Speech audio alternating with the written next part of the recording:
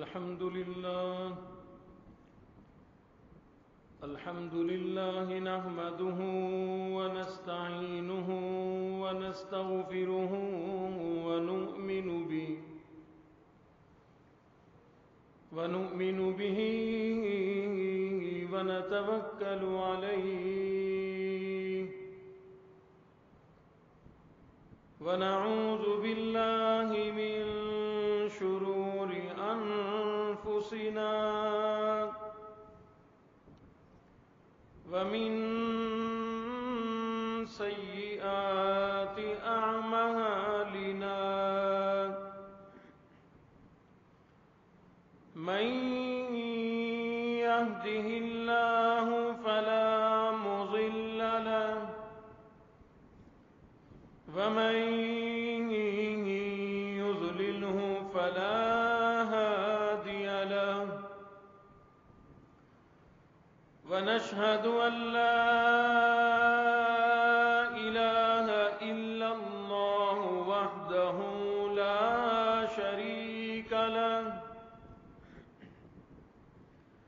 ونشهد أن سيدنا وسندنا ونبينا وشفيعنا وهادينا ومرشدنا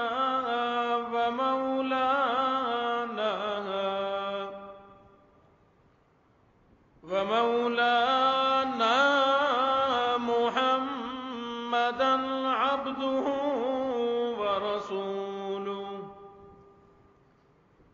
أرسله بالحق بشيرا ونذيرا صلى الله تعالى عليه وعلى آله وأصحابه وأزواجه وذرياته وبارك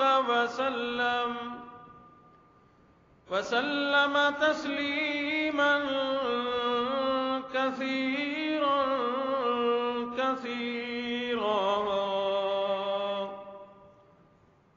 أما بعد فأعوذ بالله السميع العليم من الشيطان الرجيم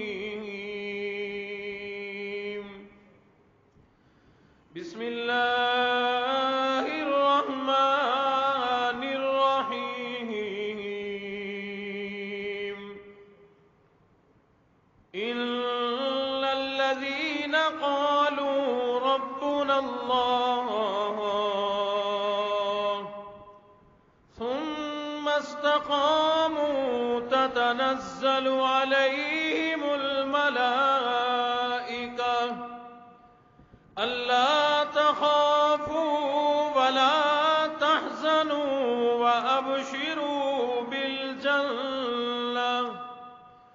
وأبشروا بالجنة التي كنتم توعدون نحن أولياؤكم في الحياة الدنيا وفي الآخرة ولكم فيها ما تشتهي أنفسكم ولكم فيها ما تدعون نزلا من غفور رحيم صدق الله مولانا العلي العظيم وبلغنا رسوله النبي الكريم ونحن على ذلك لمن الشاهدين والشاكرين والحمد لله رب العالمين اللهم صل على محمد وعلى آل محمد كما صليت على إبراهيم وعلى آل إبراهيم إنك حميد مجيد. اللهم بارك على محمد وعلى آل محمد كما باركت على إبراهيم وعلى آل إبراهيم إنك حميد مجيد.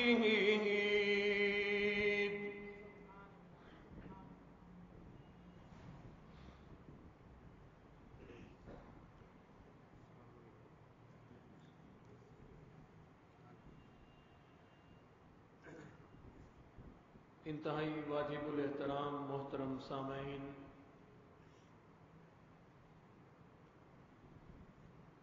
گزشتہ 2-3 جمعوں میں آپ حضرات کے سامنے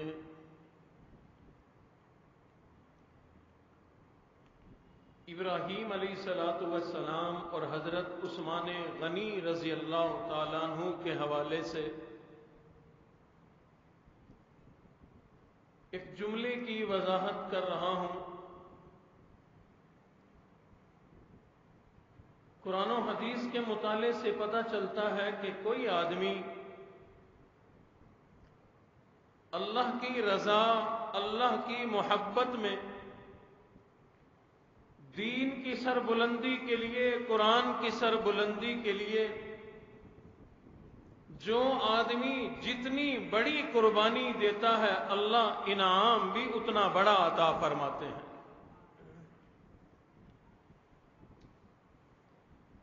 اور پروردگار عالم نے اس بات کو نبیوں کے ساتھ یا صحابہ کے ساتھ مخصوص نہیں فرمایا، بلکہ ایک یہ ایسا قاعدہ اور کلیہ بنا دیا، اصول اور قانون بنا دیا.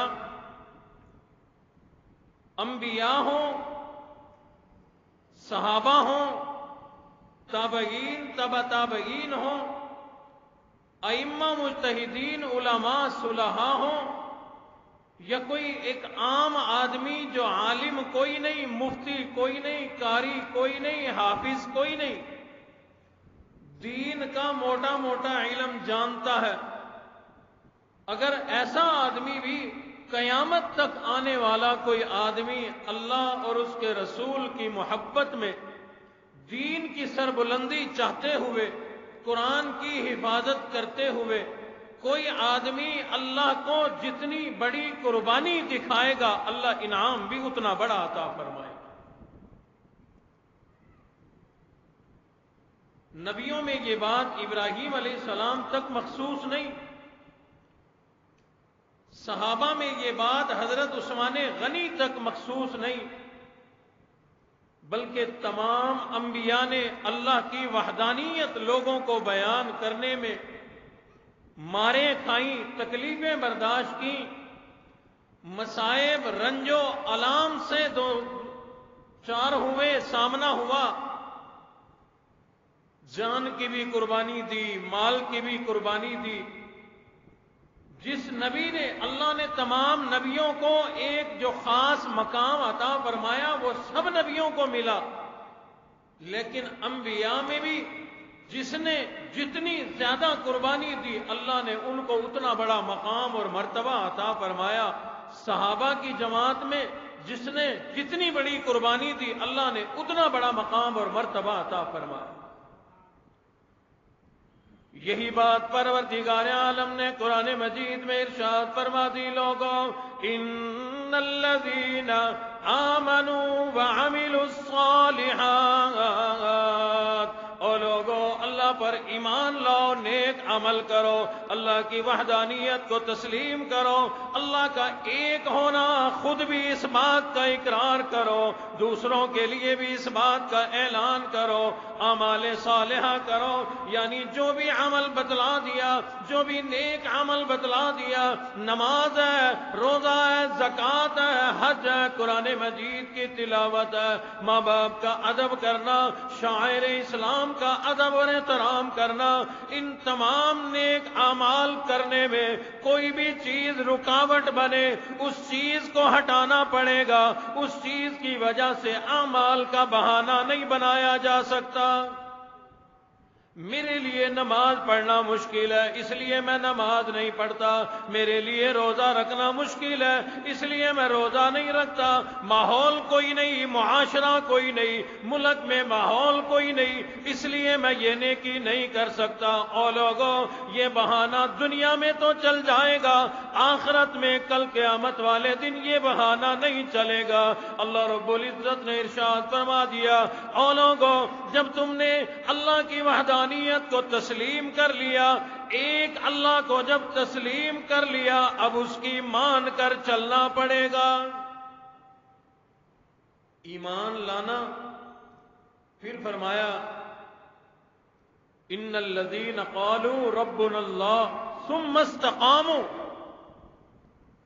جو آدمی یہ اعلان کر دے کہ میں نے رب کو، پروردگار عالم کو اپنا خدا، اپنا الہ، اپنا رب تسلیم کر لیا، صرف تسلیم کرنے سے بات نہ بنے گی بلکہ اس کا اعلان بھی کرنا پڑے گا، اس کی ماننی بھی پڑے گی، اس کے بتلائے ہوئے طریقے پر زندگی گزارنی پڑے گی۔ اس کے لیے کوئی مصیبت آ جائے، کوئی تکلیف آ جائے، کوئی پریشانی آ جائے، جتنی بھی رکاوٹیں ہوں، رکاوٹیں پھلانگنی پڑے گی، تکلیفیں برداشت کرنی پڑیں گی، دین پر عمل کرنا پڑے گا۔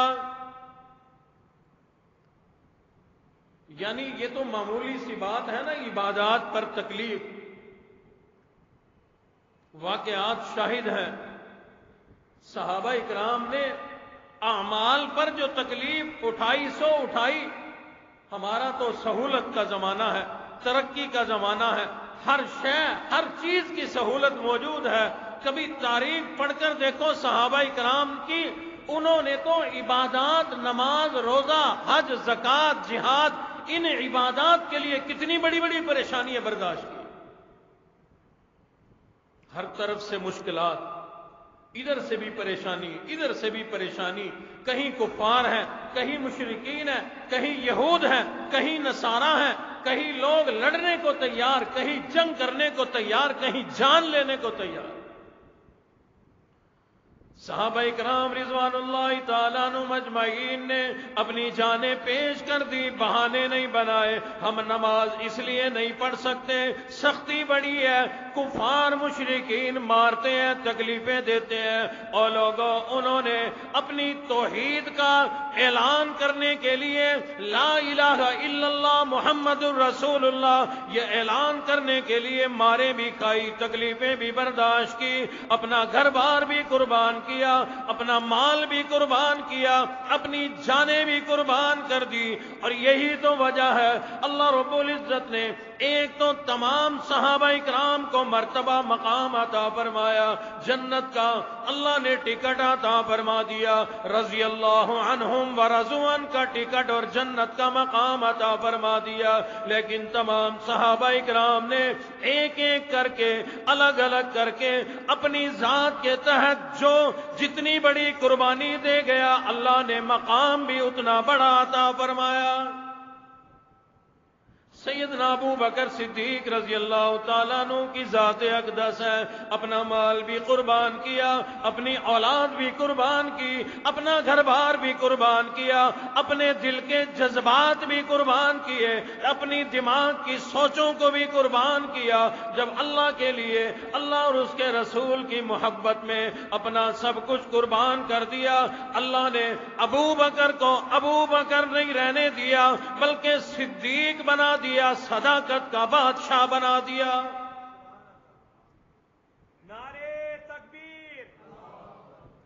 سیدنا عمر فاروق رضی اللہ تعالیٰ عنہ نے اپنی جوانی کو، اپنی جرأتوں کو، اپنی جوان مردی کو جب دین کی سربلندی کے لیے قربان کیا، اپنا سب کچھ، مال بھی انہوں نے بڑا قربان کیا، مالدار تھے، بڑا مال لگایا۔ جب حضرت ابو بکر صدیق نے اپنے گھر کا سارا مال سمیٹ کر لا کر پیش کیا، مورخین اور محدثین نے لکھا ہے اس دن ابو بکر صدیق کا مال چند ہزار کا تھا، عمر فاروق کا لاکھوں کا مال تھا۔ سیدنا عمر فاروق رضی اللہ تعالیٰ عنہ نے مال بھی قربان کیا، جوانی بھی قربان کی، جوان مردی بھی قربان کی، اپنی جرتوں کو بھی قربان کیا، اپنے دل میں اٹھنے والے ارادوں کو بھی قربان کر دیا، اپنی جذبات کو بھی قربان کیا۔ اللہ نے عمر فاروق کی ان قربانیوں کو ضائع نہیں فرمایا۔ آئے تھے عمر ابن خطاب تھے، گئے ہیں، اللہ نے عمر کو فاروق بنا دیا، عدالت کا تاجدار بنا دیا۔ ایک ایک صحابی، حضرت عثمان غنی نے ہجرت بھی فرمائی، گھر بار بھی لٹایا، مال بھی لٹایا، ہر طرح کی جب قربانی دی۔ عثمان ابن عفان تھے، اللہ نے قربانی قبول کرتے ہوئے عثمان غنی بنا دیا، ذی النورین بنا دیا، سخاوت کا تاجدار بنا دیا۔ صحابہ نے بڑی قربانی دی اور یہ ہمارے لیے مثال ہے۔ صحابہ کی قربانی ہمارے لیے مثال ہے کہ دین کی سربلندی کے لیے، دین کی سربلندی کے لیے، قرآن کی سربلندی کے لیے اللہ اور اس کے رسول کی محبت میں جو آدمی جتنی بڑی قربانی دے گا، انعام بھی اللہ اتنا بڑا عطا فرمائے گا۔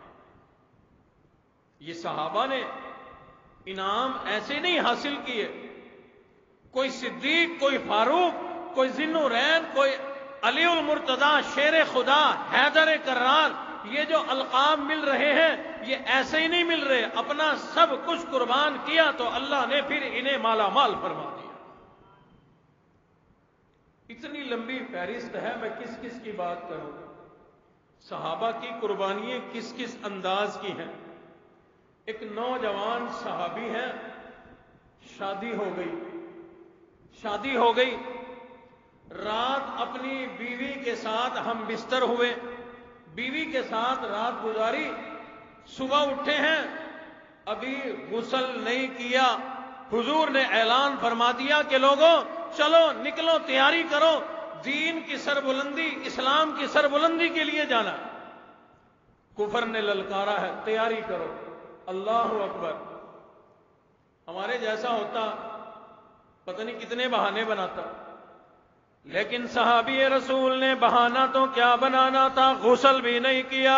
امام الانبیاء کی زبان مبارک سے اعلان ہو گیا، کانوں میں آواز پڑ گئی کہ اللہ کے دین کی سربلندی کے لیے نکلو۔ غسل بھی نہیں فرمایا، بغیر غسل کے تلوار لی، تیر لیے، ساز و سامان لیے، میدان میں جنگ کے لیے نکل گئے۔ یہ صحابی حضرت حنظلہ رضی اللہ تعالیٰ عنہ ہے، انہوں نے اپنی جوانی کو، اپنے جذبات کو، اپنے احساسات کو، ہر چیز کو قربان کیا، نئی نویلی دلہن کو بھی چھوڑ دیا، گھر بار کو بھی چھوڑ دیا، اللہ کے دین کی سربلندی کے لیے نکل کھڑے ہوئے، میدان میں چلے گئے، کتنے ہی کافروں کو قتل کیا، ٹھکانے لگا دیا، بالآخر لڑتے لڑتے خود بھی زخم کھاتے کھاتے شہید ہو گئے۔ اب مسئلہ یہ ہے کہ جو شہید ہو جائے اللہ کی راہ میں، اس کو غسل نہیں دینا، غسل نہیں دینا۔ اب یہ شہید ہو گئے حضرت حنظلہ، مسئلہ یہ ہے غسل نہیں دینا، اور ادھر حالت غسل میں ہے، غسل ان پر واجب ہے۔ اللہ کی شان، جب حضرت حنظلہ شہید ہوئے، سامنے پڑے ہیں، حضور علیہ الصلوۃ والسلام نے صحابہ اکرام کو خوشخبری سنائی، اے صحابہ کی جماعت مبارک ہو، تم میں سے ایک نوجوان اپنے گھر بار، نئی نویلی دلہن کو بھی چھوڑ کر دین کی سربلندی کے لیے چلا گیا، اپنی جان کو قربان کر دیا۔ اللہ نے اس کی قربانی کو ایسا قبول فرمایا کہ آج تک ایسی قربانی اور قبولیت دیکھی نہیں گئی۔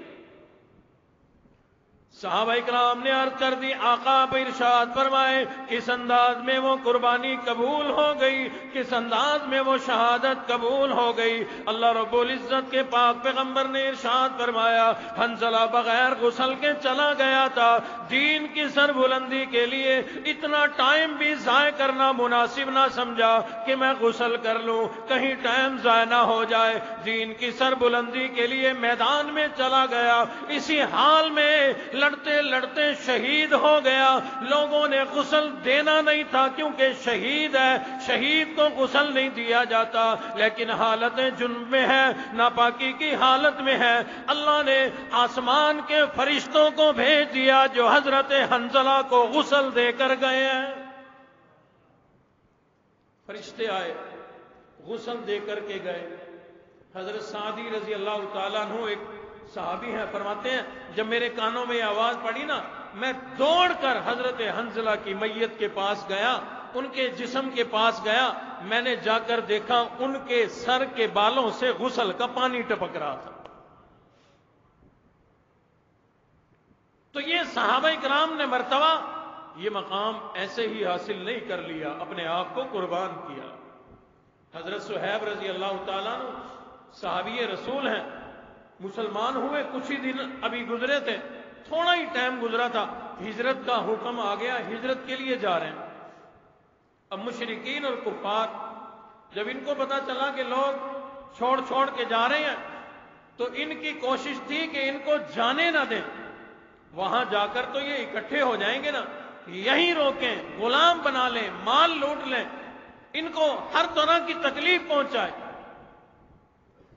ظالموں نے، کافروں نے حضرت صہیب کو بھی گھیرے میں لیا، انہوں نے تیر کش سے تیر نکالا اور فرمانے لگے کہ میرے قریب آنے کی کوشش نہ کرنا، تم جانتے ہو میں بڑا زبردست تیر انداز ہوں، یہ تیر مار مار کے تمہیں چھلنی کر دوں گا، اگر میرے تیر ختم ہو گئے تو میں اپنی تلوار نکالوں گا، تلوار سے تم پر وار کروں گا، ہاں اگر میری تلوار گر گئی، تلوار ٹوٹ گئی، میری تلوار میرے پاس نہ رہی تو پھر میرا مقدر، تم جو چیز چاہے کرنا، لیکن ایک بات کہہ دیتا ہوں، اگر تمہیں مال کی لالچ ہے مال لے لو، مجھے جانے دو۔ صحابہ نے مال قربان کیا، سب کچھ قربان کیا۔ حضرت صہیب رضی اللہ تعالیٰ عنہ نے جب ان کو یہ فرمایا اگر تمہیں مال کی تمنا ہے، مال کی لالچ ہے، مال لے لو، تمہیں مکے میں پتہ بتلا دیتا ہوں، فلاں جگہ میرا مال ہے، سارا مال لے لو، تم مال کے پجاری ہو، تمہیں دنیا چاہیے، دنیا لے لو، ہمیں آخرت چاہیے، جنت چاہیے، ہم جنت لیں گے، ہم آخرت کے مرتبے حاصل کریں گے۔ انہوں نے فرما دیا فلاں جگہ میرا مال ہے، مال لے لو، میری دو لونڈیاں ہیں، دونوں لونڈیاں لے لو۔ ان لوگوں نے سودا کر لیا، ان کو جانے دیا اور جا کر کے وہ مال لے لیا۔ حضور علیہ الصلوۃ والسلام قباء کی مسجد میں تشریف فرمائے، حضور پر وحی نازل ہو گئی، جبرائیل امین آ گئے، جبرائیل نے آ کر سارا واقعہ سنا دیا۔ آپ کے غلام نے، آپ کے جانثار نے، حضرت صہیب نے اپنی جان کے بدلے اپنا مال قربان کر دیا، دین کی سربلندی کے لیے آپ کے حکم پر ہجرت کر کے جا رہا ہے۔ ظالموں نے جب گھیرا، مال قربان کر دیا، جان بچا لی کہ یہ جان دین کی سربلندی کے لیے کام آئے گی۔ حضور نے فرمایا صہیب کو بلاؤ، صہیب کو بلایا گیا، حاضر خدمت ہو گئے۔ حضور نے فرمایا او صہیب تجھے مبارک ہو، تو نے دین کی سربلندی کے لیے اپنی جان بچائی، مال قربان کیا، اللہ تیری تعریف کرتے ہیں، تو نے بڑا اچھا سودا کیا ہے، تو نے یہ سودا اچھا کر لیا، جان خرید لی مال کے بدلے میں۔ حضور نے فرمایا بیٹھ جاؤ، بیٹھ گئے۔ آقا علیہ الصلوۃ والسلام کھجوریں کھا رہے تھے، کھجوریں نوش فرما رہے تھے، تو حضرت صحابہ میں اور آقا علیہ الصلوۃ والسلام میں یقین جانے بڑی محبت تھی، اتنی محبت تھی میں بیان نہیں کر سکتا۔ اگر صحابہ امام الانبیاء پر اپنی جان قربان کرنے کو تیار تھے، صحابہ کہا کرتے تھے فدا کا ابی و امی، آقا آپ پر میرے ماں باپ قربان ہو۔ مراد یہ ہوتا تھا اس جملے کا کہ آپ کے لیے ہم سب کچھ قربان کرنے کو تیار ہیں۔ تو کئی صحابہ ایسے ہیں جن کو حضور نے فرمایا، اللہ، حضور نے فرمایا۔ ایک صحابی ہیں حضرت طلحہ، ایک موقع پر غالباً جنگ احد کا موقع ہے، جب صحابہ کرام گر گئے تھے کافروں کے درمیان میں، حضور تیر نکال کے دیتے تھے طلحہ کو کہ چلاؤ، وہ چلاتے تھے۔ حضور نے جب ان کی تیر اندازی دیکھی، حضور نے جذبات میں عجیب ارشاد فرمایا اے طلحہ چلاؤ اور چلاؤ، فدا کا ابی و امی۔ حضور فرما رہے ہیں میں محمد الرسول اللہ صلی اللہ علیہ وسلم کے ماں باپ تیرے اوپر قربان ہو جائیں، اور تیر چلا اور تیر چلا۔ بڑی محبت۔ تو حضور کھجوریں کھا رہے ہیں، حضرت صہیب آ کر کے بیٹھے، وہ وہی حضور نے ارشاد فرما دی کہ اللہ نے تیری تعریف کی ہے۔ انہوں نے بھی کھجوریں کھانی شروع کر دی۔ اب حضرت صہیب کی ایک آنکھ خراب تھی، یعنی گرمی کی وجہ سے جیسے خراب ہو جاتی ہے، دکھنی آ جاتی ہے، ایک آنکھ خراب تھی۔ انہوں نے کھجور کھانا شروع کی نا، حضور نے فرمایا صہیب تمہاری آنکھ خراب ہے اور تم کھجور کھاتے ہو۔ یاد رکھیں گرمی کے موسم میں جس کی آنکھ خراب ہو، دکھنی آ جائے، آشوب چشم کی بیماری، یہ گرم کھانے اور گرمی موسم کی وجہ سے ہوتی ہے، تو انہیں بھی اسی طرح سے تھی۔ حضور نے فرمایا صہیب کھجور کھاتے ہو تمہاری آنکھ خراب ہے، یعنی مطلب یہ تھا کہ گرم ہے تم کھاؤ نہیں۔ عرض کرنے لگے آقا میری یہ آنکھ خراب ہے، میں اس سے نہیں کھا رہا، یہ جو ٹھیک ہے میں اس سے کھا رہا ہوں۔ محبت میں عرض کر دی کہ آقا میں ٹھیک آنکھ سے کھا رہا ہوں، صحیح آنکھ سے کھا رہا ہوں، خراب سے نہیں کھا رہا۔ آقا علیہ الصلوۃ والسلام بڑی محبت فرماتے تھے، مذاق بھی کیا کرتے تھے، اور بعض اوقات صحابہ کرام بھی کر لیتے تھے، لیکن یاد رکھنا وہ مذاق ہمارے والے نہیں تھے جو ہم کرتے ہیں۔ ہم مذاق میں ماں بہن دھی سب کو لے آتے ہیں، اگلے کی ایسی مٹی پلید کرتے ہیں اور خوش ہوتے ہیں، لوگوں کو بتاتے ہیں کہ آج میں نے اس کو بولنے کے قابل نہیں چھوڑا، زمین میں گاڑ دیا۔ حضور علیہ الصلوۃ والسلام بھی مذاق فرماتے تھے، صحابہ بھی محبت کا اظہار فرماتے تھے۔ ایک بڑھیا آئی، عرض کی آقا دعا فرمائیں میں جنت میں جاؤں، اللہ مجھے جنت عطا فرمائے۔ حضور نے فرمایا اماں بوڑھی عورتیں جنت میں نہیں جائیں گی، بڑھیا جنت میں نہیں جائیں گی۔ اللہ، امام الانبیاء کی زبان مبارک سے جب یہ ارشاد کوئی بڑھیا عورت سن لے اور اس کو یقین نہ ہو، یہ کیسے ہو سکتا ہے؟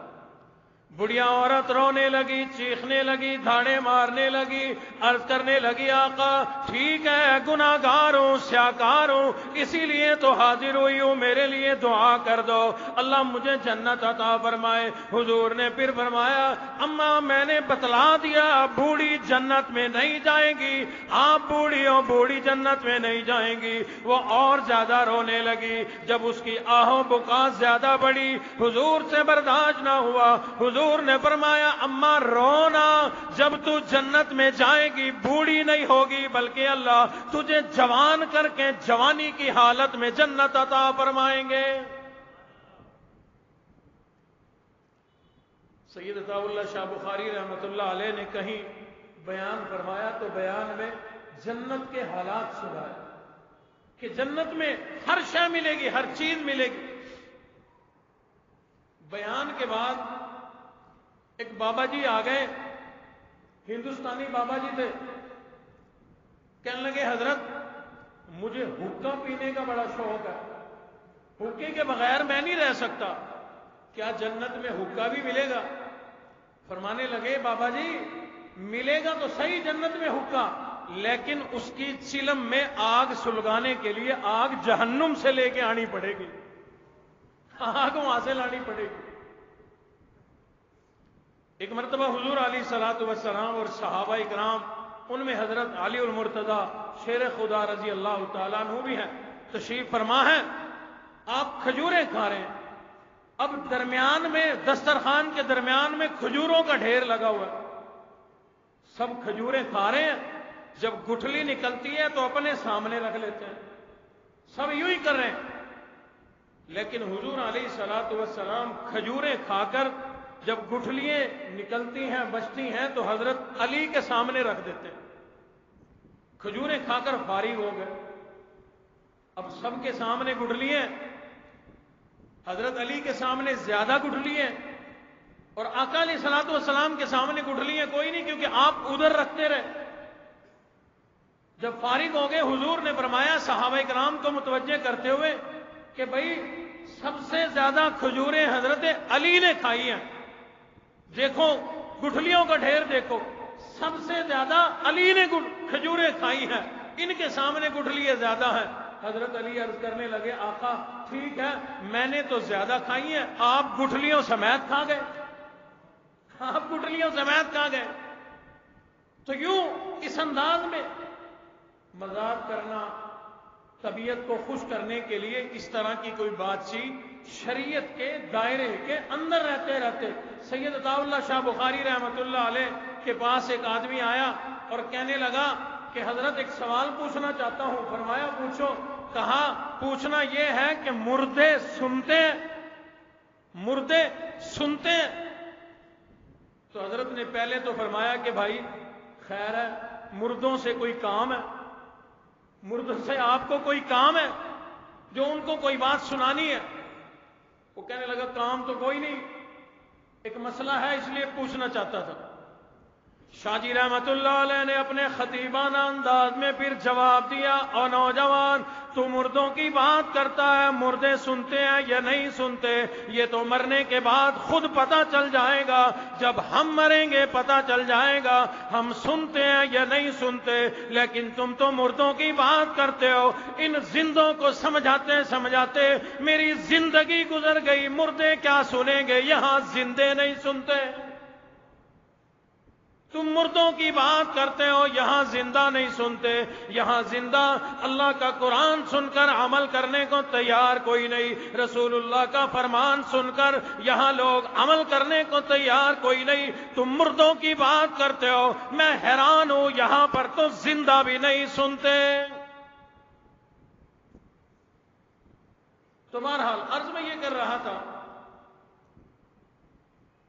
طبیعت کی حشاشی بشاشی کے لیے شریعت میں کتنی اجازت ہے۔ ایک وکیل آدمی نوجوان آیا شاہ جی کی خدمت میں، عرض کرنے لگا شاہ جی آپ بڑے سمجھدار آدمی ہیں، دین کا بڑا علم جانتے ہیں، ایک مسئلہ تو بتاؤ۔ فرمایا پوچھو بھائی۔ وہ کہنے لگا شاہ جی کوئی ایسی چیز بتاؤ، رمضان کا مہینہ ہو، ایسی چیز بتاؤ کھا بھی لیں پی بھی لیں اور روزہ بھی نہ ٹوٹے، کھا بھی لیں پی بھی لیں روزہ بھی نہ ٹوٹے۔ شاہ جی تھے پھر، اور مومن کو جو صحیح معنی میں مومن ہو، صاحب بصیرت ہو، اللہ پھر غیب سے اس کی مدد بھی فرمایا کرتے ہیں۔ اب اس کا جواب کیا ہو؟ شاہ جی فرمانے لگے ہاں ہیں ایسی چیزیں، کھاؤ پیو روزہ نہیں ٹوٹے گا۔ اور وہ کیا چیز ہے؟ فرمایا اس وکیل کو روزے کی حالت میں جوتے مارو، یہ جوتے کھائے روزہ نہیں ٹوٹے گا، غصہ پیے روزہ نہیں ٹوٹے گا۔ تو حضرت صہیب نے جواب دیا، جب حضور نے فرمایا کہ تمہاری آنکھیں دکھتی ہیں اور تم کھجور کھا رہے ہو، عرض کرنے لگے آقا میں اس آنکھ سے نہیں کھا رہا جو خراب ہے، میں صحیح آنکھ سے کھا رہا ہوں۔ صحابہ اکرام نے دین کی سربلندی کے لیے بڑی قربانیاں دی، اور ایک دو نے نہیں، 1.5 لاکھ صحابہ اکرام، ایک کی تاریخ اٹھاؤ نیچے سے قربانی نکلے گی، جس کی بھی تاریخ اٹھاؤ گے کہیں مال کی قربانی، کہیں اولاد کی قربانی، کہیں گھر بار کی قربانی، کہیں جان کی قربانی۔ اور لوگوں ہمارے لیے ایک قربانی میں ایسی آپ کو بتاؤں جو کچھ بھی معنی نہیں رکھتی، لیکن صحابہ اکرام نے وہ بھی قربانی دی، اور وہ قربانی کیا تھی؟ ایک موقع ایسا آیا صحابہ اکرام کو حکم ہو گیا کہ بیت اللہ سے، خانہ کعبہ سے جدا ہو جاؤ۔ صحابہ اکرام کے لیے ماں باپ سے جدا ہونا آسان تھا، بیوی بچوں سے جدا ہونا آسان تھا، اولاد سے جدا ہونا آسان تھا، مال سے جدا ہونا آسان تھا، عہدہ، کرسی، منصب، دنیا کی ہر چیز سے جدا ہونا آسان تھا، لیکن اللہ، اس کے رسول اور بیت اللہ سے جدا ہونا آسان نہیں تھا۔ پروردگار عالم نے حکم فرما دیا، اے میرے محبوب نبی، یہ مکے والے لوگ، کفار، مشرکین، آپ کو، آپ کے صحابہ کو، آپ کے جانثاروں کو یہاں مکے میں رہنے نہیں دیتے، تکلیفیں پہنچاتے ہیں، پریشان کرتے ہیں، لہذا آپ مکہ چھوڑ کر مدینہ منورہ چلے جاؤ۔ حضور نے صحابہ کو حکم سنا دیا، لوگوں تیاری کرو، ہجرت کا حکم آ گیا، ہجرت کے لیے چل نکلو، مدینہ چلو۔ حضور ٹولیاں بنا کر روانہ کرتے، کہیں 10 لوگ کو روانہ کیا، کہیں 20 لوگوں کو روانہ کیا، کہیں اکیلے لوگ بھی گئے ہیں، کہیں جماعت لشکر کی صورت میں لوگوں نے ہجرت کی ہے۔ صحابہ اکرام کو جب حکم ملا مکہ چھوڑ دو، ہجرت کر جاؤ، صحابہ اکرام ادھر بیت اللہ کو دیکھتے ہیں، ادھر رسول اللہ کو دیکھتے ہیں، آنکھوں میں آنسو ہے، گھبرائے کھڑے ہیں۔ حضور علیہ الصلوۃ والسلام نے فرمایا، اے صحابہ اکرام کی جماعت، ابھی تک تمہارا یقین اتنا کامل کیا نہیں ہوا؟ جب اللہ نے حکم دے دیا تو ہجرت کرو، سوچتے کیا ہو؟ کیا تمہارے دل و دماغ میں اپنے گھر بار کو چھوڑنے کا غم ہے، بیوی بچوں کو چھوڑنے کا غم ہے، اولاد کو چھوڑنے کا غم ہے، جن کے ماں باپ مسلمان نہیں ہوئے ماں باپ کو چھوڑنے کا غم ہے، اپنے کاروبار چھوڑنے کا غم ہے؟ صحابہ نے عرض کی، آقا ایسی بات کوئی نہیں۔ حضور نے فرمایا، بتلاؤ پھر بات کیا ہے؟ صحابہ عرض کرتے ہیں، آقا سمجھ میں نہیں آ رہا، کیا کریں، کس کو رکھیں، کس کو چھوڑ دیں؟ حضور نے فرمایا، بات کو کھولو۔ صحابہ عرض کرنے لگے، آقا اگر آپ کے ساتھ چلے جائیں، رسول اللہ کے ساتھ چلے جائیں تو بیت اللہ نہیں ملتا، بیت اللہ میں رہیں تو رسول اللہ نہیں ملتے، سمجھ میں نہیں آ رہا ہم کس کو رکھیں، کس کو چھوڑ دیں؟ اگر مدینہ جائیں گے رسول اللہ تو مل جائیں گے، بیت اللہ تو نہیں ملے گا۔ اگر بیت اللہ کی محبت میں مکے میں رہیں، بیت اللہ مل جائے گا، رسول اللہ نہیں ملیں گے۔ حضور نے فرمایا، صحابہ گھبرانے کی ضرورت نہیں، دل پہ پتھر رکھو، برداشت کرو، اللہ کا حکم ہے کہ اگر تم نے بیت اللہ کو چھوڑ دیا اللہ کا حکم سمجھتے ہوئے رسول اللہ کے ساتھ چلے گئے تو یاد رکھنا بعد میں تمہیں بیت اللہ مل جائے گا، لیکن اگر رسول اللہ کو چھوڑ دیا تو رسول اللہ دوبارہ نہیں ملیں گے۔ صحابہ نے بیت اللہ کی بھی قربانی دی، ایک عرصہ بیت اللہ کی زیارتوں کو ترسا کرتے تھے، ہمیں موقع مل جائے بیت اللہ کی زیارت کریں، تو صحابہ نے ہر قربانی دی۔ میں نے ابتدا میں عرض کیا، صرف صحابہ انبیاء کے لیے اللہ نے یہ جملہ مخصوص نہیں فرمایا، قیامت تک کے لیے ہے، اللہ کے دین کی سربلندی کے لیے، قرآن اسلام کی سربلندی کے لیے جو جتنی بڑی قربانی دے گا اللہ اس کو اتنا بڑا انعام عطا فرمائیں گے۔ صحابہ کے بعد آنے والے لوگ، تابعین، تبع تابعین، ائمہ مجتہدین، علماء، صلحاء اور غیر علماء، ان کی تاریخ بھی پڑھو، آپ کو پتہ چلے کہ جس نے قرآن مجید کی اس آیت پر عمل کیا، ان الذین قالوا ربنا اللہ ثم استقاموا، جب یہ استقامت قائم ہوئی، مستقیم رہے، اللہ نے استقامت کو ان کی کرامت بنا دیا۔ استقامت کو اللہ نے ان لوگوں کی کرامت بنا دیا۔ آپ حضرات نے ایک نام سنا ہوگا، غازی علم الدین شہید۔ میرے بھائی عبد الرزاق صاحب لاہور سے آئے ہوئے ہیں، ان کے تو شہر میں ہے، وہ عالم نہیں تھا، غازی علم الدین شہید عالم نہیں، مفتی بھی نہیں، اور تو اور قاری بھی نہیں، حافظ بھی نہیں، ایک عام من چلا نوجوان، لیکن ایک عالم کی تقریر، عالم کیا کہوں، خطیب اعظم امیر شریعت کی تقریر سن کر، سید عطا اللہ شاہ بخاری رحمت اللہ علیہ کی تقریر سن کر دل میں جذبہ آ گیا کہ وہ راجپال جس نے امام الانبیاء کی توہین کی ہے، ختم نبوت کی توہین کی ہے، وہ آدمی اس دھرتی پہ نہیں رہنا چاہیے، بس یہ ارادہ کر لیا۔ اور پھر خالی ارادہ نہیں، استقامت، عملی جامہ پہنایا، شورا تیار کیا، دکان تھی اس کی کتابوں کی راجپال کی، وہاں اس دکان پہ پہنچا، چھرا مارا، اس کو قتل کیا، بھاگا نہیں، دوڑا نہیں، کھڑا ہے۔ لوگوں نے کہا دوڑ جا، بعد میں دیکھی جائے گی، کہنے لگا نہیں، میں نے کوئی برا کام نہیں کیا، غلط کام نہیں کیا۔ اگلی بات عرض کرتا ہوں، ایک جملہ، ایک بات تھوڑی سی ذہن میں آ گئی، وہ عرض کرتا ہوں۔ حضرت عمر فاروق رضی اللہ تعالیٰ عنہ آ رہے ہیں گلی سے، حضرت عبداللہ بن زبیر جو ابھی بچے ہیں، ابھی چھوٹے بچے ہیں، گلی میں کھڑے ہیں، اور لڑکے بھی کھڑے ہیں۔ سیدنا عمر فاروق رضی اللہ تعالیٰ عنہ جو ہی قریب آئے، ان کا ایک جلال تھا، ایک رعب تھا، ان کے چلنے کا بھی اپنا مخصوص انداز تھا۔ جب وہ قریب آئے اور بچے ڈر کر، خوف کے مارے دوڑ کر کہیں جا کر چھپ گئے، حضرت عبداللہ وہیں کھڑے رہے۔ حضرت عمر فاروق قریب آئے، سمجھ گئے نڈر ہے، بڑا اچھا بچہ ہے، دعا بھی کی اللہ اس کی عمر دراز فرمائے، اس کے قریب آ گئے محبت میں، لیکن اپنا موڈ بنا کر فرمایا، اے بچے جب سب بھاگ گئے تو کیوں نہیں بھاگا؟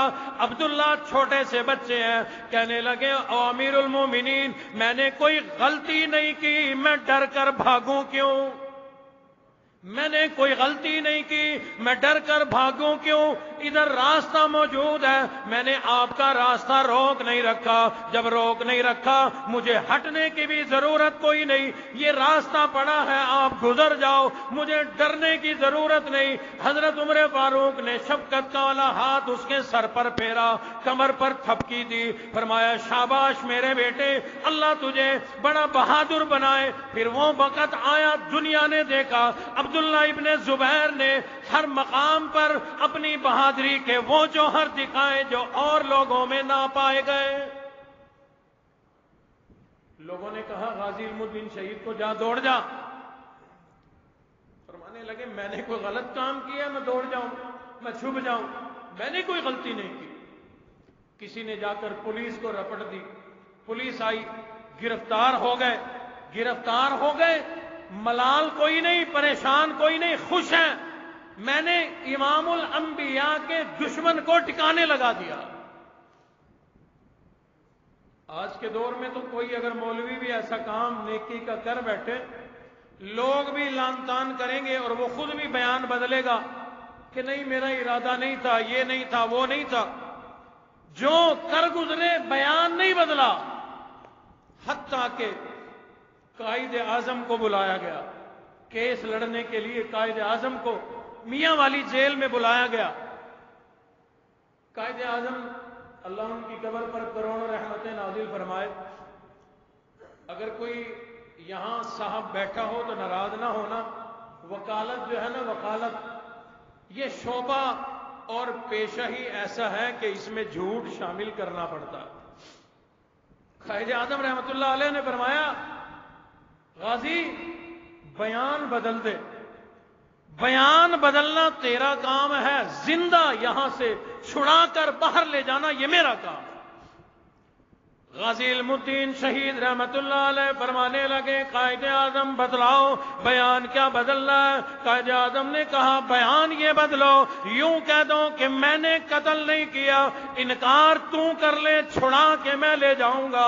غازی فرمانے لگے او محمد علی جناح، زندگی میں بڑے گناہ کیے، ان گناہوں کا آج تک اقرار کوئی نہیں کیا، زندگی میں ایک ہی نیکی کی ہے، اسی نیکی سے انکار کر دوں یہ میرے بس کی بات کوئی نہیں۔ ایک ہی تو نیکی کی ہے میں نے کہ نبی کے دشمن کو میں نے قتل کر دیا، جہنم رسید کر دیا، ایک نیکی کی اسی سے انکار کر دوں کہ میں نے نیکی نہیں کی؟ میری جان جاتی ہے تو چلی جائے، میں اپنی اس نیکی سے انکار کرنے والا کوئی نہیں۔ میں نے عرض کیا نہ عالم نہ قاری نہ مفتی نہ حافظ، ایک عام من چلا دنیا دار نوجوان، اپنی روٹی روزی کرنے والا نوجوان، جب ان الذین قالوا ربنا اللہ ثم استقاموا، جب اللہ نے سمجھ عطا فرمائی تو اس سمجھ پر استقامت انہوں نے قائم کی، اللہ نے رحمت کی بارش فرما دی۔ کہتے ہیں کہ غازی جب جیل میں تھے تو سپرنٹینڈنٹ جیل کے ہوتے ہوئے کوئی عالم، مجھے کچھ یاد نہیں پڑتا، غالباً حضرت درخواستی رحمت اللہ علیہ یا کوئی اور، بہرحال خانپور یا دینپور کے حضرات میں سے کوئی عالم ملنے کے لیے آئے، اور آ کر کے انہوں نے جیل سپرنٹینڈنٹ کو کہا کہ آپ کی یہاں جیل میں قید میں ہمارا ایک قیدی ہے، ہمارا ایک قیدی ہے۔ انہوں نے کہا کہ غازی علم الدین، فرمایا بالکل۔ تو جیل سپرنٹینڈنٹ کہنے لگا حضرت اس کو قیدی نہ کہو، اس کو قیدی نہ کہو۔ فرمایا کہ کیا بات ہے؟ کہنے لگا کہ روزانہ رات کو اس کی جیل کی کوٹڑی یعنی اس کے سر سے لے کر اللہ کے عرش تک، آسمان تک میں نور کی لہر دیکھتا ہوں، جس کے سر سے نور، اللہ کی رحمت کا نور جس کے اوپر برس رہا ہو، اس کو قیدی نہ کہو، وہ دین کا بہت بڑا مجاہد ہے۔ عرض کرنے کا مقصد یہ کہ ہم بھی کہیں نہ کہیں دین کی سربلندی میں کام آ جائیں۔ چلو دین تو ہمارا لگتا کچھ نہیں، اپنے ملک کی سربلندی میں ہی کہیں نہ کہیں کام آ جایا کرو۔ لوگ اپنے ملک کے بارے میں ہی برا بھلا کہتے کہتے نہیں تھکتے کہ یہ ایسی زمین ہے، یہ ایسی ہے، یہ یہاں کے لوگ ایسے ہیں، یہاں کے لوگ ایسے ہیں۔ مسئلہ یہ ہے، وہ کہتے ہیں کہ کسی کنویں میں ایک مینڈک تھا پہلے سے، ایک مینڈک دریا سے سیلاب میں آیا، وہ بھی گر گیا اندر۔ اب آپس میں بات چیت جو ہوئی نا، تو وہ جو باہر سے آیا تھا وہ کہنے لگا تو یہاں کیسے گزارا کر رہا ہے تھوڑے سے پانی میں؟ میں جہاں سے آیا ہوں وہاں بہت بڑا پانی تھا، بہت بڑا پانی تھا۔ اس نے کنویں کے اندر چھوٹا سا چکر لگایا، کہنے لگا بھائی جہاں سے تو آیا اتنا بڑا پانی ہوگا؟ کہا یہ کچھ بھی نہیں، اس سے بھی بڑا۔ اس نے ذرا بڑا چکر لگایا، کہنے لگا کہ اتنا، کہتا نہیں اس سے بھی بڑا۔ بالآخر کنویں کی دیوار کے ساتھ ساتھ اس نے چکر لگایا اور کہا کہ اتنا پانی؟ کہنے لگا یہ تو کچھ بھی نہیں، اس سے بھی زیادہ۔ اور کنویں والا کہنے لگا چل بدماش، جھوٹ بولتا ہے، دنیا میں اس سے زیادہ پانی ہے ہی کوئی نہیں۔ اس نے دیکھا کنویں کا پانی تھا، وہ یہی سمجھتا ہے کہ دنیا میں پانی اتنا ہے۔ ہم یہاں ہیں، کبھی اللہ آپ کو دنیا کی سیر کرائے، دنیا میں جاؤ، ملکوں میں جاؤ، پھر آپ کو اسلام کی بھی قدر ہوگی، قرآن کی بھی قدر ہوگی، ایمان کی بھی قدر ہوگی، ملک پاکستان کی بھی قدر ہوگی۔ تو ہر آدمی کو، ہر مسلمان کو یہ کوشش کرنی چاہیے کہ ہم دین کے لیے، اسلام کے لیے، ایمان کے لیے بھی کچھ نہ کچھ کام آ جائے، کسی نہ کسی درجے میں کام آ جائے۔ میری ذات کام آ جائے، میرا مال کام آ جائے، میرا عہدہ کام آ جائے، میری قلم کام آ جائے، میری کرسی کام آ جائے، میری سوچ کام آ جائے، میرے دلوں کے جذبات کام آ جائے، اور کچھ بھی نہ کر سکو تو دعا کر دیا کرو، شاید تمہاری دعا ہی کام آ جائے، دعا کام آ جائے۔ اور دعائیں بڑی کام آتی ہیں۔ ابا جی رحمت اللہ علیہ واقعہ سناتے تھے، کوئی آدمی ایسا تھا جس کی 12 بیٹیاں، دعاؤں کے لیے جایا کرتا تھا لوگوں کے پاس، کوئی جگہ نہیں چھوڑی۔ ایک مرتبہ جا رہا تھا، کسی نے پوچھا کدھر؟ کہا تو جانتا ہے بیٹا کوئی نہیں، 12 بیٹیاں ہیں، اللہ بیٹا دے دے، پھرتا ہوں مارا مارا۔ اس نے کہا فلاں اللہ والا ہے، اس کے پاس چلے جاؤ، وہ دعا کرے گا، اس کی دعا قبول ہوتی ہے۔ چلا گیا، جس کو ضرورت ہو وہ کہیں سے کہیں چلا جاتا ہے۔ اللہ والے کے پاس جا کر بیٹھ گیا۔ جب سب لوگوں سے بزرگ فارغ ہو گئے، اللہ والے پوچھا ہاں جی آپ کیسے آئے؟ کہا دعا کرانے کے لیے آیا ہوں، میرے ہاں بیٹا کوئی نہیں، اللہ نے 12 بیٹیاں عطا فرمائی، 12 بیٹیاں ہو گئی، بیٹا کوئی نہیں۔ اللہ والے نے فرمایا کہ بھائی تیری 12 بیٹیاں ہیں اور بیٹا کوئی نہیں، میری 13 بیٹیاں ہیں، بیٹا کوئی نہیں۔ 13 بیٹیاں ہیں، بیٹا کوئی نہیں۔ اللہ والے نے فرمایا تو بھی جھولی پھیلا، دعا کے لیے ہاتھ اٹھا، میں بھی جھولی پھیلاتا ہوں، دعا کے لیے ہاتھ اٹھاتا ہوں۔ اولادیں وہاں سے ملنی ہے، اسی نے دینی ہے۔ بیٹا دینے والا وہی ہے، بیٹی دینے والا وہی ہے، بیٹا اور بیٹی جوڑے دینے والا وہی ہے۔ کسی کو تمام زندگی میں ایک بھی اولاد نہ دے، بانجھ رکھے، یوں ہی تڑپائے، یوں ہی ترسائے، یہ کام کرنے والا بھی وہی ہے۔ تو میرے لیے دعا کر، میں تیرے لیے دعا کرتا ہوں۔ دونوں نے ایک دوسرے کے لیے دعا کی، آمین کہہ کر اپنے گھروں کو چلے گئے۔ اللہ کی شان ہے، 1 سال گزرا، اللہ نے اس کو بھی بیٹا عطا فرما دیا، اس کو بھی بیٹا عطا فرما دیا۔ سال کے بعد اکٹھے ہوئے، اس آدمی نے بزرگوں کو آ کر خوشخبری سنائی کہ اللہ نے مجھے بیٹا دیا آپ کی دعاؤں سے۔ بزرگوں نے کہا کہ ٹھہر جا، میں بھی مٹھائی منگاتا ہوں، تجھے دیتا ہوں، اللہ نے مجھے بیٹا دے دیا تیری دعا سے۔ معلوم نہیں کون سی گھڑی قبولیت کی ہو، اپنے لیے، اولاد کے لیے، گھر بار کے لیے، دین کے لیے، قرآن کے لیے، اسلام کے لیے، دینداروں کے لیے، قرآن والوں کے لیے، ان مساجد، مدارس، خانقاہوں کے لیے، ہر کسی کے لیے دعا کیا کرو۔ معلوم نہیں کس وقت کون سی گھڑی قبولیت کی ہو، تیرا بھی بیڑا پار ہو جائے گا، اگلے کا بھی بیڑا پار ہو جائے گا۔ ہمارے اندر وہ جرت تو ہے نہیں، جو جرتیں، جو قربانیاں صحابہ نے دی، اہل بیت نے دی۔ آگے محرم آ رہا ہے، سنیں گے آپ، جو قربانیاں اہل بیت نے دی، تابعین، تبع تابعین نے دی، ائمہ مجتہدین نے دی۔ اللہ اکبر، بڑی باتیں ذہن میں تھی، ٹائم ختم ہو چلا۔ امام احمد بن حنبل کو کوڑے لگے، آپ نے واقعہ سنا ہوگا۔ بادشاہ وقت نے بڑے بڑے ہاتھی نما جلاد مقرر کیے کوڑے مارنے کے لیے۔ قصور یہ تھا کہ آپ فرماتے تھے کہ قرآن مجید جو ہے، قرآن یہ اللہ کی صفت ہے۔ اللہ نے اس کا کلام فرمایا نا، اللہ کی زبان مبارک سے نکلا ہے یہ قرآن، اللہ کے اندر سے نکلا ہے یہ قرآن، تو یہ اللہ کی صفت ہے۔ بادشاہ کہتا تھا کہ نہیں، اللہ کی مخلوق ہے۔ جرم دیکھو کتنا، جیل میں ڈالا، کوڑے مارے، اور کتنے کوڑے کہ مارنے والے تھک جاتے تھے، مارنے والے تھک جاتے تھے، اور مار مار کر تھک کر وہ لوگ پوچھتے تھے، ہاں جی اپنا بیان تبدیل کرتے ہو، بادشاہ کے مطابق بیان دیتے ہو، جو بادشاہ کہتا ہے وہ مانتے ہو؟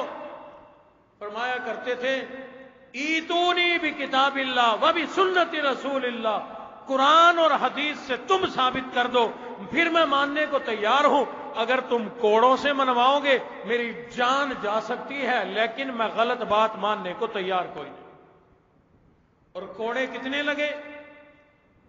امام احمد بن حنبل رحمۃ اللہ علیہ کے بیٹے بیان کرتے ہیں، لوگوں نے وہ کوڑے لگتے ہوئے دیکھے، جن لوگوں نے وہ کوڑے لگتے ہوئے دیکھے ان لوگوں کا بیان ہے، اگر وہ کوڑے کسی ہاتھی کو، تکڑے ہاتھی کو مارے جاتے، وہ ہاتھی بھی کوڑے برداشت نہ کر سکتا۔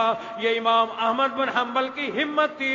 الا الذین قالوا ربنا اللہ ثم استقاموا تتنزل علیہم الملائکۃ الا تخافوا ولا تحزنوا وابشروا بالجنۃ التي کنتم توعدون۔ اللہ رب العزت فرماتے ہیں، جو اللہ پر ایمان لے آئے، اللہ کے قرآن کو تسلیم کرے، ایمان اسلام کو تسلیم کرے، پھر اس پر ڈٹ جائے، قائم دائم رہے، جو آدمی اس حال میں زندگی گزارے گا، اللہ کے فرشتے اس پر نازل ہوں گے، دنیا میں بھی مدد کریں گے، موت کے وقت بھی مدد کریں گے، کل قیامت والے دن بھی مدد کریں گے، جنت کی خوشخبری دیں گے۔ اللہ ہمیں بھی جتنا کہ ایمان ہمارے دل میں موجود ہے، اللہ اس پہ استقامت نصیب فرمائے۔ جتنا دین قرآن موجود ہے، اللہ اسی پہ استقامت نصیب فرمائے، آگے بڑھنے کی توفیق عطا فرمائے۔ وآخر الدعوانا ان الحمدللہ رب العالمین۔ اللہم صلی علی سیدنا و مولانا محمد مبارک وسلم وصلو علیہ۔ اللہم اعنا علی ذکرک و شکرک و حسن عبادتک۔ اللہم حبب الینا الایمان وزینہ فی قلوبنا وکرہ الینا الکفر والفسوق والعصیان واجعلنا من الراشدین۔ اے ہمارے پروردگار، ہمیں صحیح معنوں میں دین کی صحیح سمجھ عطا فرما، قرآن کی سمجھ عطا فرما، شریعت کی سمجھ عطا فرما۔ مولا ہمیں عمل کرنے کی توفیق عطا فرما۔ اے پروردگار، ہم آپ کو ایک وحدہ لا شریک مانتے ہیں، آپ کے محبوب نبی رسول اللہ صلی اللہ علیہ وسلم کو آپ کا نبی، رسول اور آخری نبی مانتے ہیں۔ مولا ہمیں ان باتوں پر بھی استقامت نصیب فرما۔ مولا ہمیں دین میں اور آگے بڑھنے کی توفیق عطا فرما، دین کی سربلندی کے لیے، آپ کی رضا کے لیے، آپ کے محبوب نبی کی محبت میں اپنا تن من دھن سب کچھ قربان کرنے کی توفیق عطا فرما۔ مولا جتنے علماء، صلحاء، جتنے بھی حضرات دین کی محنت جماعتیں کر رہی ہیں، اللہ سب کو استقامت عطا فرما۔ مولا جو بے دین ہیں ان کو ہدایت عطا فرما، جو بے نمازی ہیں ان کو نمازی بنا، جو بے اولاد ہیں ان کو اولادیں عطا فرما، جس کے ہاں نرینہ اولاد نہیں اللہ نرینہ اولاد عطا فرما۔ مولا ہم سب کو پکا نمازی بنا۔ جتنے لوگ دنیا سے رخصت ہو گئے اللہ سب کی قبروں پر کروڑوں رحمتیں نازل فرما۔ بالخصوص بھائی عبد الرزاق صاحب لاہور سے آئے ہوئے ہیں، ان کے رشتہ دار بھی اور ان کے عزیز تھے، دوست تھے، بڑے محبت کرتے تھے، انہی کی وجہ سے یہ تقریباً ہفتے سے زائد ہو گیا، یہیں پر ملتان میں ہے۔ ابھی پرسوں ان کا انتقال ہو گیا۔ بھائی عبد الباسط صاحب کافی عرصہ بیمار رہے، اللہ ان کی قبر پر رحمتیں نازل فرما، اللہ ان کے درجات کو بلند فرما۔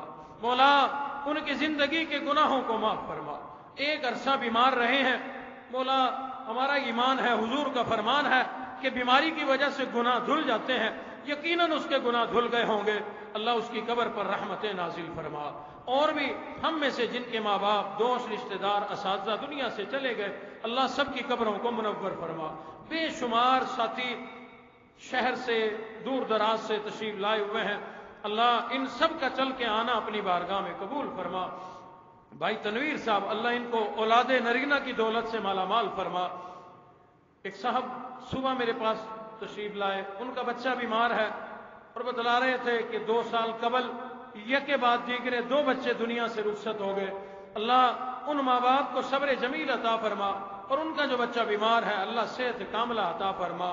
اور بھی جتنے لوگ جہاں کہیں پریشان ہیں، بیمار ہیں، تکلیفوں میں ہیں، غموں میں ہیں، اللہ سب کو آسانی اور راحتوں والی زندگی عطا فرما۔ ہماری تمام دعاؤں کو شرف قبولیت عطا فرما۔ ربنا تقبل منا انک انت السمیع العلیم۔ بھائی رانا ندیم صاحب ان کی والدہ محترمہ کا کچھ عرصہ پہلے انتقال ہوا، اللہ اماں جان کی قبر پر کروڑوں رحمتیں نازل فرما۔ ان سب بھائیوں کو صبر جمیل عطا فرما۔ یا اللہ بھائی صدیق صاحب ہیں، بیمار رہتے ہیں، بھائی اسحاق بخاری صاحب مالی پریشانی، گھریلو پریشانی، اور بھی جتنے ساتھیوں نے دعاؤں کے لیے کہا، بھائی رفیق صاحب ہیں، یا اللہ سب کی تمام پریشانیوں کو دور فرما۔ وصلی اللہ تعالی علی خیر خلقہ محمد وعلی آلہ واصحابہ اجمعین برحمتک یا ارحم الراحمین۔